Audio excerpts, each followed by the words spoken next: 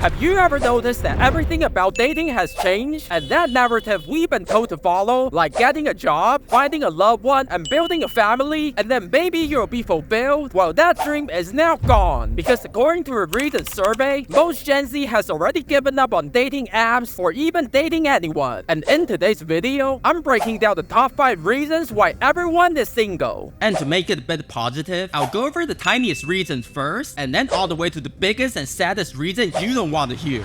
And reason number 5 is social anxiety with a lack of confidence, since many of us are shy and we don't know how and where to meet people. I mean, the internet and anything digital have ruined our generation, and many of us aren't that good at talking to new people, and the worst of them all, we can't tell if someone's interested in us. And it doesn't help that you look around yourself, nobody seems to be having the same struggle as you and finding a good partner. So now we are stuck in the endless cycle of thinking, maybe I'm not good enough, while looking for that validation in someone that you are good enough, but still being stuck because seriously, where do you go to meet people? And a lot of the advice you get from the older generation is just terrible. Like, just go to church or volunteer on a weekend. Like, have you gone to those places? It's only for grandpa and grandma. And reason number 4 is painful for me to read out, and I know many of you can relate, and that many of us can be awkward in front of others. I put this as a separate one from social anxiety because deep down, I believe they're completely different. Some people are anxious, yet they can still function. But many of us feel like aliens living on a human planet. You force yourself to be normal, but you still find it difficult to connect with most people. And in that case, we don't have the choice if we want to be single or not.